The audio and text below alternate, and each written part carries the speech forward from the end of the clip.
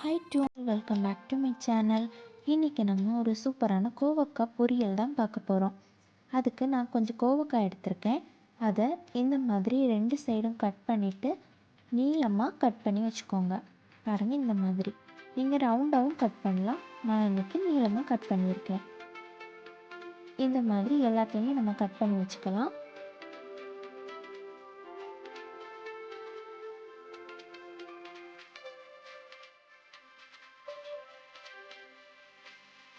பாருங்கள், நம்ம எல்லாத்தையுமே கட் பண்ணிட்டோம்.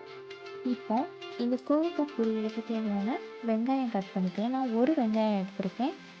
அதை குட்டி குட்டியாக கட் பண்ணி வச்சுக்கோங்க.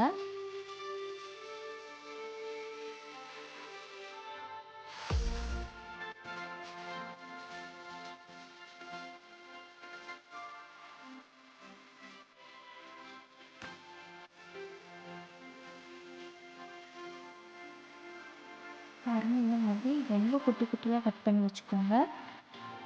இப்போ நான் ஒரு பச்சை மிளகாய் எடுத்து கட் பண்ணி வச்சுருக்கேன். அப்புறமா 2 பல் பூண்டு, இதையும் ரொம்ப சின்ன சின்னதாக கட் பண்ணி வச்சுக்கோங்க.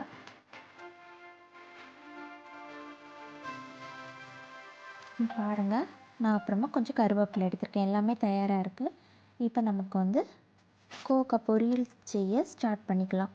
இப்போ ஒரு கடாயில் கொஞ்சமாக நல்லெண்ணெய் ஊற்றிருக்கேன். அதில் நம்ம வெட்டி வச்சுருக்க பச்சை மிளகா, கருவேப்பிலை, பூண்டு எல்லாத்தையுமே போட்டு நல்லா வதக்கி விட்டுக்கலாம்.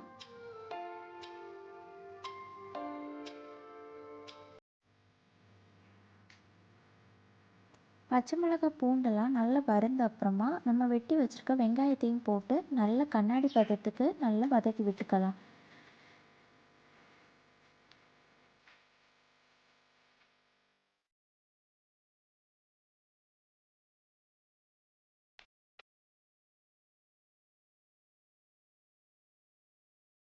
இப்போ வெங்காயம் நல்லா வதங்கிடுச்சு. இந்த ஸ்டேஜில் நம்ம கட் பண்ணி வச்சுருக்க கோவக்காயை போட்டு நல்லா மிக்ஸ் பண்ணி விட்டுக்கலாம்.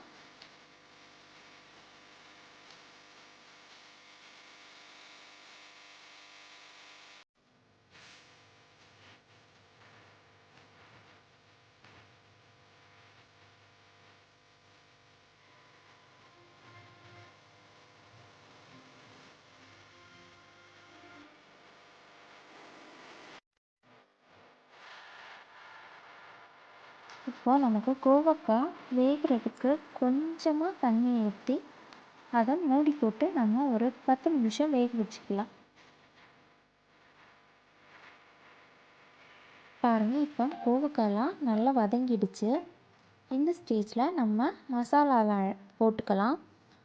1/2 ஸ்பூன் மஞ்சள் தூள், 1 ஸ்பூன் குழம்பு மசாலா, நீங்கள் சாம்பார் பொடி இருந்தாலும் போட்டுக்கலாம். கொஞ்சமாக கரம் மசாலா டேஸ்ட்டுக்கு,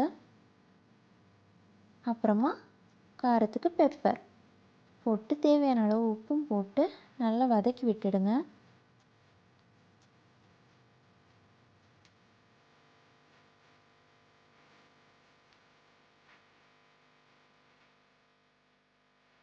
இப்போது லைட்டாக தண்ணி தெளித்து மசாலா அடி பிடிக்காமல் இருக்க தண்ணி தெளித்து இந்த மாதிரி வதக்கி விட்டுடுங்க.